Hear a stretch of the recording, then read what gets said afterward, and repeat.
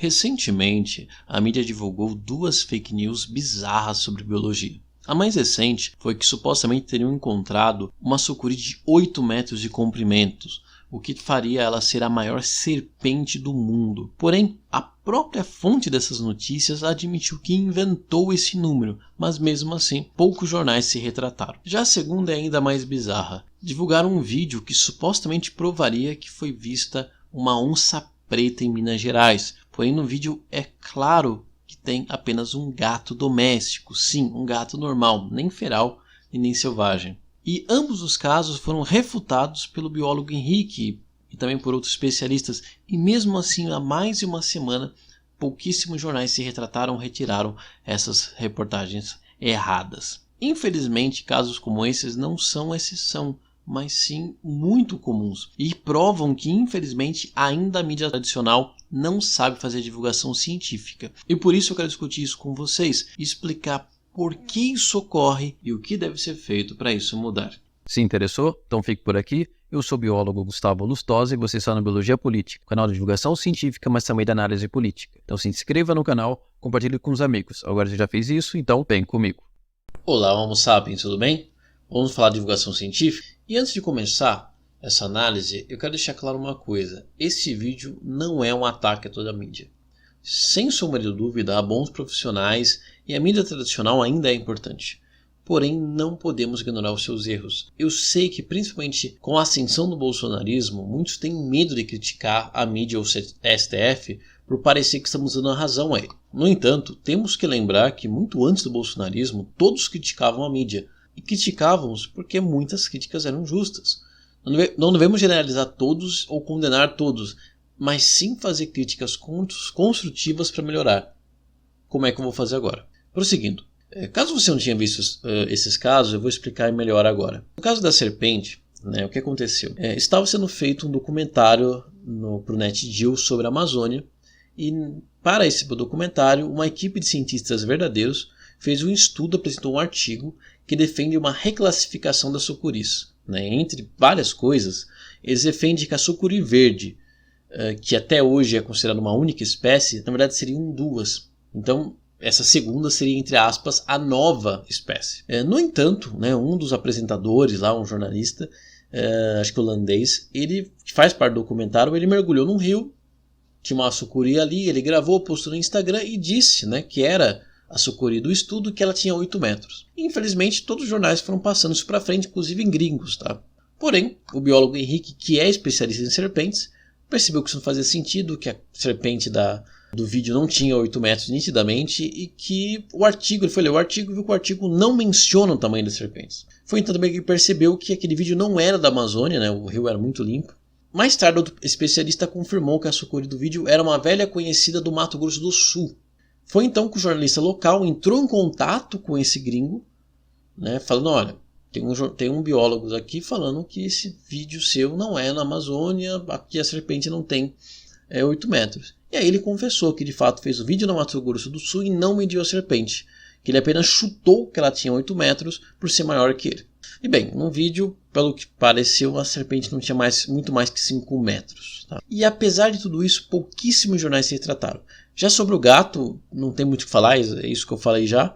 E ainda está, pelo menos quando eu estou gravando o vídeo, ainda está na Globo. Esses dois casos são vergonhosos porque são erros crassos, nitidamente ocorridos porque não foram revisados por um especialista. E no caso da serpente, nem o básico de procurar a fonte primária foi feito. Mas infelizmente isso é comum. Por exemplo, no começo do ano, eu até fiz uma matéria sobre isso. Lembrando, aproveite, curta esse vídeo, compartilhe com os amigos. E também nos siga lá no Instagram, no Facebook, que é onde eu posto mais, para ser mais rápido e fácil. Lá eu postei, que no começo do ano, eu postei sobre várias matérias, de vários jornais que divulgaram. A USP entrou no Guinness Book, no livro dos recordes. Eu vi aquilo, só o título já me deixou confuso, assim, mas como assim a universidade entrou no livro dos recordes? Eu fui ler essas fontes, fiquei mais confuso ainda. Então li o artigo original, que eles citavam, procurei as notícias em inglês e aí, enfim, entendi. Na verdade, foi feita uma pesquisa que tinha pesquisadores da USP e de outras universidades de outros países, com o apoio da FAPESP, que conseguiu calcular o tamanho de um lago pré-histórico e confirmar que ele foi o maior da história. E então o lago entrou no livro dos recordes como o maior da história. Mas todos os jornais, tanto no título quanto no texto, diziam que a USP tinha entrado no Guinness Book, ou a pesquisa tinha entrado no Guinness Book. Esses erros, né, eles são muito graves, porque além de desinformar, eles fazem as pessoas perderem a fé na ciência. Por exemplo, é por isso que sempre aparece uma notícia dizendo que ou o leite é ruim para a saúde ou é bom. Né? Porque os autores não leram o artigo ou não entenderam o artigo, tá? E resumiram de maneira errada. Tipo, né? Então, isso é um problema grave e que é um dos motivos da crise que nós estamos vivendo, das pessoas não acreditarem na ciência e nem no jornalismo. E bem, qual que é a minha teoria de por que isso ainda ocorre? Né? E digo isso baseado em coisas bastante óbvias, acho que vocês vão concordar, e também que eu tenho muitos amigos e amigas jornalistas que confirmaram muito desses cenários, tá? Então tem 3, né? Primeiro, o óbvio é que a maioria dos jornalistas não tem uma formação científica. Segundo, que as próprias editoras, né, os chefes de edição, eles muitas vezes pressionam por publicar várias notícias bombásticas, viralizantes e tal. E por fim, as redes sociais. Bom, sobre o primeiro ponto, né, eu sei que isso pode soar um pouco arrogante, mas eu também não estou dizendo uma pessoa com formação, ela vai saber tudo sobre a sua área ou nunca vai errar. Claro que isso não é verdade. Entretanto, o mínimo que se espera com uma pessoa com formação é que ela vai conseguir entender, ler um artigo sobre a sua área ou procurar boas fontes. Né? E é isso que muitas vezes um jornalista sem formação tem uma certa dificuldade. É nítido isso. Mas claro, eu sei que não dá para você ter jornalistas com todas as formações possíveis, mas pelo menos era importante que você tivesse uma equipe que fizesse a revisão, que aí sim tivesse especialistas de várias áreas, que quando eles encontrassem um assunto que não fosse do seu domínio, eles procurassem outros especialistas para poder fazer essa revisão. O segundo ponto, né, ele é mais antigo do que muitos esperam, imaginam, e muito mais antigo que as redes sociais. Muitos, né, chefes de edição, né, eles pressionam os jornalistas para produzir uma grande quantidade de notícias, para que essas notícias viralizem e até mesmo eles impõem a pauta. Por exemplo, né, muitas vezes, né, o editor vai falar assim, você tem que ir lá com o entrevistado e conseguir que ele fale XYZ. Então o jornalista chega lá para o entrevistado e fala assim, olha, você não acha que é um absurdo você esperar tanto tempo nessa fila do hospital? Aí a pessoa está lá meio tímida e responde, Aí que o jornalista coloca, munícipes reclamam, falam que é um absurdo esperar na fila do hospital X. Né? Quando na verdade ele que impôs essa resposta. Tá? Outro problema também é que as pessoas mesmo, né, elas esperam uma notícia, uma resposta mais absoluta, ou querem um assunto, né, mais interessante, né, mais popular. E às vezes a descoberta não se encaixa em nenhuma dessas coisas. Então, por exemplo, sempre que aparece um fóssil, né, você tem um jornalista que tenta forçar a colocar o nome de algum dinossauro famoso. Então, por exemplo, né, encontra um fóssil, a parente do Tiranossauro Rex é encontrado no interior da Bahia.